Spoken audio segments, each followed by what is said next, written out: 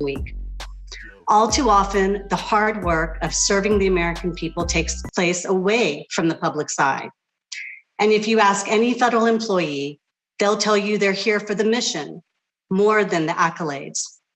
They want to see the positive impact of their work on the world around them. And the federal government is an unparalleled platform to do just that. Public Service Recognition Week is a time to acknowledge the federal workforce, and the Presidential Rank Awards are a perfect way to celebrate outstanding federal leadership. I want to thank President Biden for making the federal workforce a top priority from day one of his administration. It is why I chose to serve under President Biden, because of this commitment. In Executive Order 14003, which the president signed during his very first week in office, he stated quite succinctly, career civil servants are the backbone of the federal workforce, providing the expertise and experience necessary for the critical functioning of the federal government. It is the policy of the United States to protect, empower, and rebuild the career workforce. Simply put, the beating heart of the federal government is made up of the public servants who work here, and this administration knows it.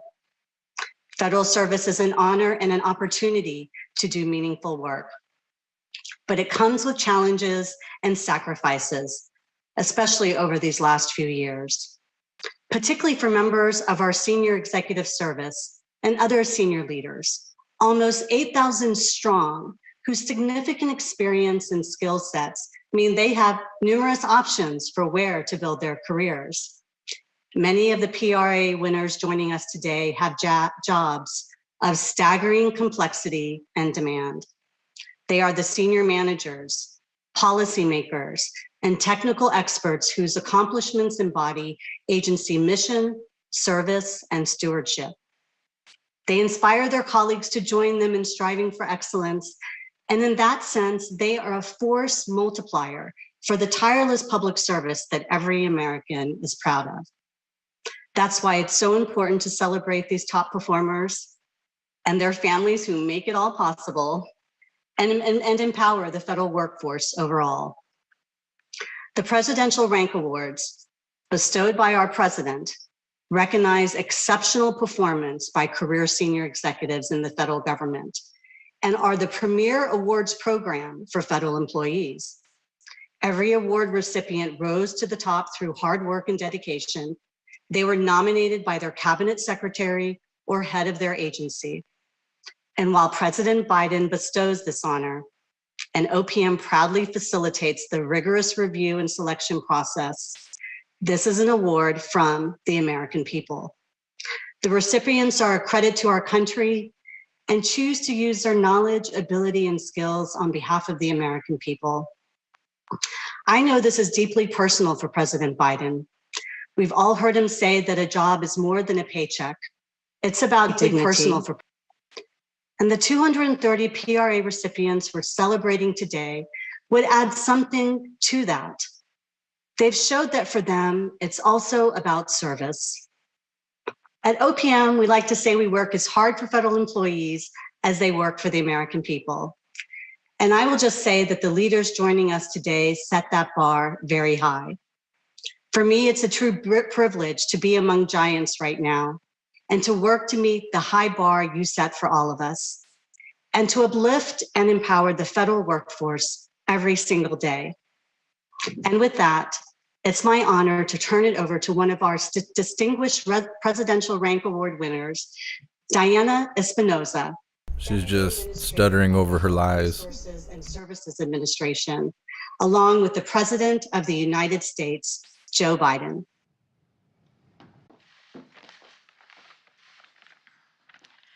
Thank you, Director Ahuja, and good afternoon, everyone. My name is Diana Espinoza, and I'm just so honored to be here today and to have received the Presidential Rank Award. I serve as the Deputy Administrator of the Health Resources and Services Administration, an agency of the U.S. Department of Health and Human Services. And so since this is government, I must also use acronyms. And so our agency is known as HRSA. And my agency's primary mission is to provide equitable access to health care for all Americans, with particular focus on those who face barriers getting the high quality health care that they need and deserve. During the pandemic, the programs and partnerships that HRSA has with states, local governments, community-based organizations were instrumental in ensuring that vulnerable communities got the care that they needed. I led efforts to stand up 2 critical COVID relief programs in record time. The first one was an uninsured program that paid claims reimbursement for providers who delivered testing, treatment, and care to and vaccinations to uninsured individuals. This program helped people, everyone, have access to COVID care regardless of their ability to pay. I also led our work to stand up the Provider Relief Fund, which quickly provided funding to healthcare providers across. So these trash bags are giving each other awards? Their doors open and continue to provide the care that the American people need. It's like watching the Grammys. On the incredible Or the work Oscars, that or any of I've been that. part of for the past couple of years, I have to say, I'm Danette, we're giving out Commie Awards today. proud. Yeah, I'm something. a little exhausted, and I just never imagined, someone like me who is a first Ain't generation shit. American, the first generation of my family to go to college, would be sharing the stage with the President of the United States. And so I say we all get called to service in different ways. And I know that, in my years of public service, especially over the last couple years, one thing that I certainly know is that public servants really know how to step up and provide the services and programs the American people need, especially when they need them the most. And so thanks for having me today. And now please join me in welcoming President Joe Biden. Good. Congratulations. Thank you. Congratulations. Fuck you, Walter. Karen, thank you for the great job you're doing leading the Office of Personnel Management. And thank you, Diana. Diana, thank you most of all for the difference you've made. Really made a difference in people's lives. You saved people's lives in the process. Helping speed resources to the hospitals and healthcare workers in the front lines when they needed the help the most. Because you and your team delivered, there are families who gather around a dinner table tonight and it's completely filled. There's no empty chairs. 1 million people have died. 1 million people have died, but think of all the lives you helped save. She looks severely uncomfortable. But you have their gratitude, and that's what public service is all about. It's that what the President's Rank Award is all about. They're about the families in every corner of this country whose lives all of you who are behind me on the screen, all of you have touched. Every single one of you. Those families may never know your names, but you have their gratitude. It was my honor to reestablish these awards last year after the previous administration made a decision to cancel them. Because these awards are about more than individual recognition. They're a reminder to all of us, to everyone, of the extraordinary capacity, creativity, diversity, and dedication of our federal workforce. And a reminder of why you all the work you do matters so much. A couple of weeks before I was sworn in January 2021, I sent a message to all career civil servants. And I meant it at the time, and I still mean it. I told them that we're a team, one America, and I meant it. Over the last 15 months, you've helped us deliver so much to the American people, helping stand up a wartime efforts to get the country vaccinated, getting checks into people's pockets of families who needed help, literally just to keep food on the table, keep a roof over their heads, helping communities rebuild in the wake of storms and wildfires, and caring for our veterans, cleaning up the polluted lands and waters, implementing the bipartisan infrastructure law to deliver good-paying job opportunities and game-changing investments to communities all across America, and so much more. Most of all, you restored the faith of millions of Americans in their government, that their government sees them and hears them, that we listen to them, respect them, and reflect them. You're helping restore their faith that democracy can deliver in America. And by restoring their faith and coming through for them today, you're helping strengthen our country for tomorrow in a literal sense. Look, you and your colleagues couldn't have done, if you had opportunities looking back on it, probably you could have done anything, almost anything with your careers. You're so talented. But you chose public service. And the families in every corner of this country are better off today because you made that choice. Not only are you helping to confront the great challenges of our time, you're showing America, the world, that we can do what we can do when we come together and lead with honor and integrity as you all have had being recognized today. Is he talking to us, the people in the background, or this douchebag? And gets things done for all Americans. So I want to say simply thank you, thank you, thank you.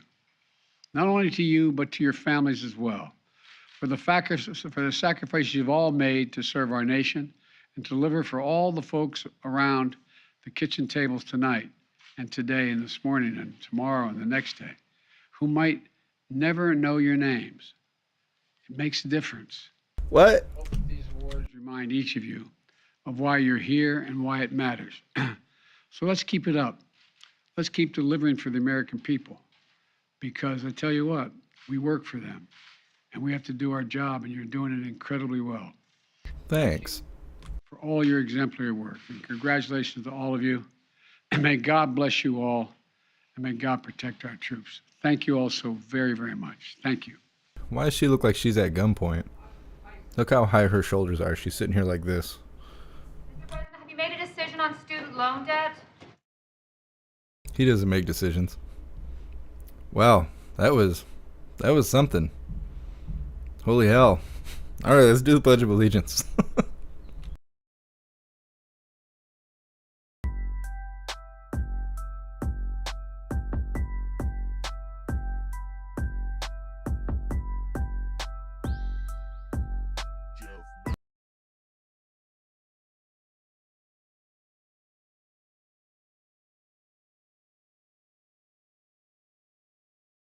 G-Man, short and stinky, I swear. All right, hooligans, please join me for the Pledge of Allegiance. I pledge allegiance to the flag of the United States of America and to the republic for which it stands, one nation, under God, indivisible, with liberty and justice for all.